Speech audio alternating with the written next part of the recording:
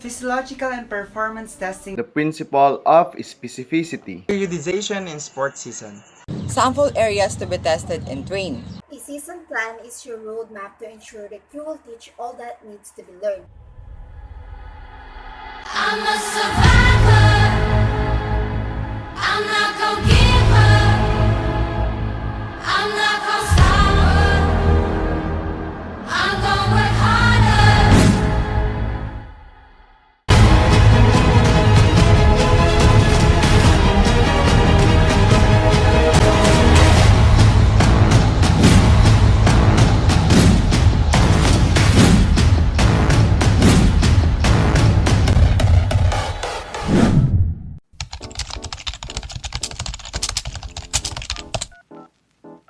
Physiological and performance testing establishes this benchmark to improve many aspects of your performance.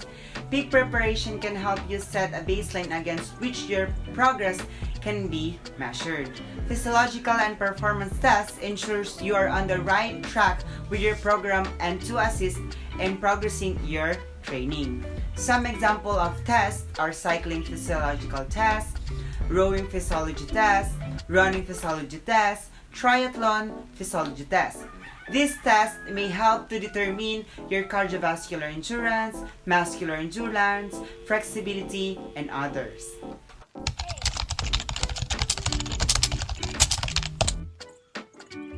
Hi guys! In this video guys, we will talk about the principle of specificity. According to Britannica.com, the principle of specificity derives from the observation that the adaptation of the body or change in physical fitness is specific to the type of training undertaken. Quite simply, this means that if a fitness objective is to increase flexibility, then flexibility training must be used.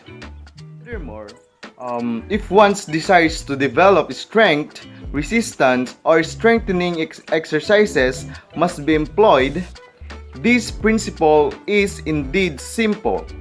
However, it is frequently ignored. Many of the fraudulent claims for an exercise, product, or system promise overall physical fitness from one simple training technique. A person should be suspicious of such claims and should consider whether or not the exercise training recommended is the type that will produce the specific changes desired.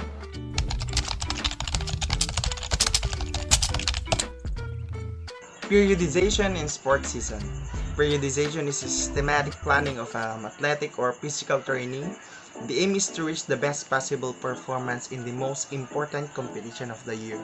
Conditioning programs can use periodization to break up the training program into the off-season, pre-season, in-season, and the post-season. Periodized training works on the concept of overload and adaptation by stressing the body over time, allowing it to recover, and then stressing it again. Athletes can gradually build fitness.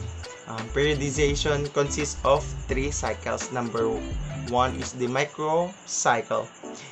This refers to your season as a whole. Number 2, which is the mesocycle, which refers to a particular training block within that season. Example is the endurance phase. Lastly is the microcycle, which refers to the smallest units within a mesocycle. Usually, it is a week of training. By structuring your season with these cycles in mind, you can ensure that you're building and recovering adequately for optimal adaptation.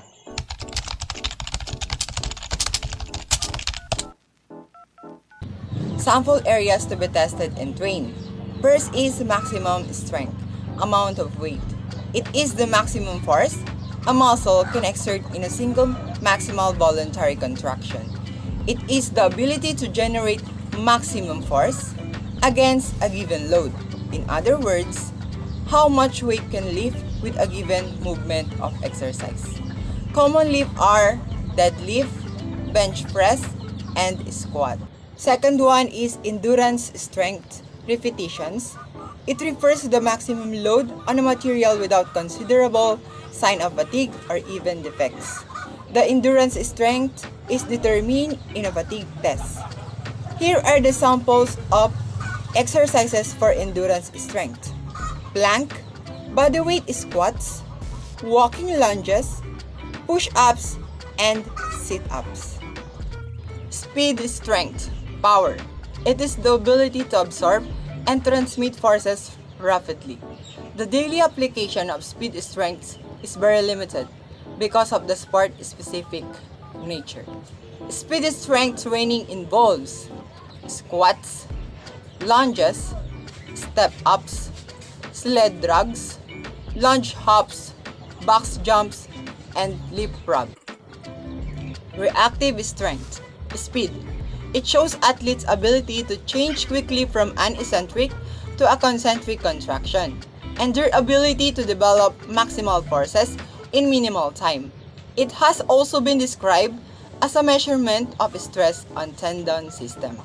Reactive strength training involves jump squat, jump running, bounding, lateral jumps, and depth jumps. Lactate threshold, stamina. It is the point at which lactate begins to accumulate in the body. During moderate exercises, lactate can absorb quickly, but with high-intensity exercises, it produces faster than the body can absorb it. Lactate threshold training involves warm up for 15 minutes. Begins exercise and work up to your peak. Sustain intensity within the first 10 minutes. Record your heart rate each minute for the next 20 minutes and cool down. Stability training for balance. It refers to performing exercises while on an unstable surface with the goal of activating stabilizers and trunk muscles that may get neglected with other forms of training. Stability training involves squat floor reach, chair leg squats, squats, reach and jump, step up knee lifts, and fast step ups. Musculoskeletal profiling and movement screening. Flexibility.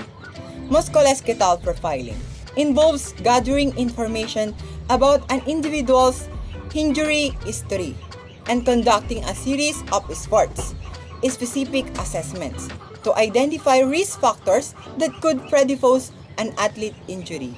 Movement screening, the process of analyzing movement tasks for the purpose of understanding how an individual uses their body.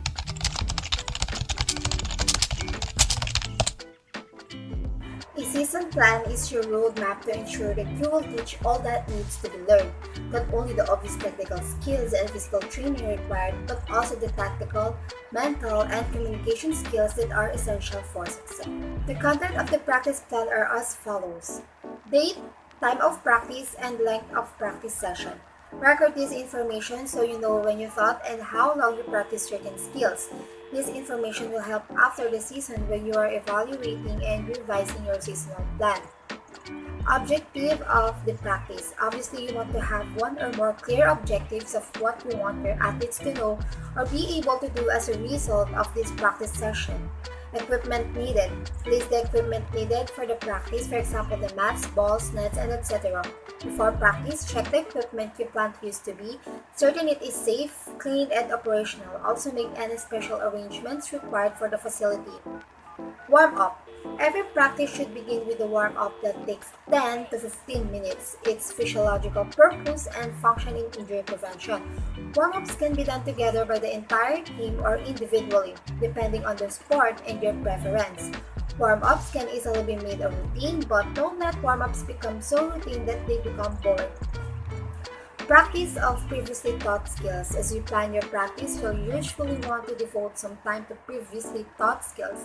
Often the core technical and physical training skills of a sport need to be practiced almost daily, but other skills may need only occasional practice. The time you devote to practice previously taught skills that depend on the demonstrated skill level and conditioning of your athletes. As you plan the practicing of these skills, consider whether your athletes should practice them individually or as a team, and whether they should practice them through a drill or a game. Teach and practice new skills. Usually, you want to teach only one or two new technical or tactical skills in a practice, devoting 20 to 30 minutes to them. Mental communication and character skills are often best taught in a quiet setting initially and then reinforced during practice game. Cool down. Just as every practice begins with a warm up, the activity portion of practice should conclude with a 10 to 15 minutes cool down. Coach comments. Take 5 minutes at the close of practice to review how the team practiced, directing your comments to the whole team and recognizing any outstanding efforts or performances by individuals. This is not the place to criticize any individual. Point out what skills the team need to improve further. This is also an opportunity to teach and reinforce mental, communication, or character skills. Use this time to make any needed announcement about team business and close by reminding them of the time and place of the next practice and what you plan to do in that practice. Evaluation of practice. Evaluate each practice as soon after its conclusion as possible. With input from your assistant coaches, indicate whether the practice objectives were achieved and make notes of athletes who may need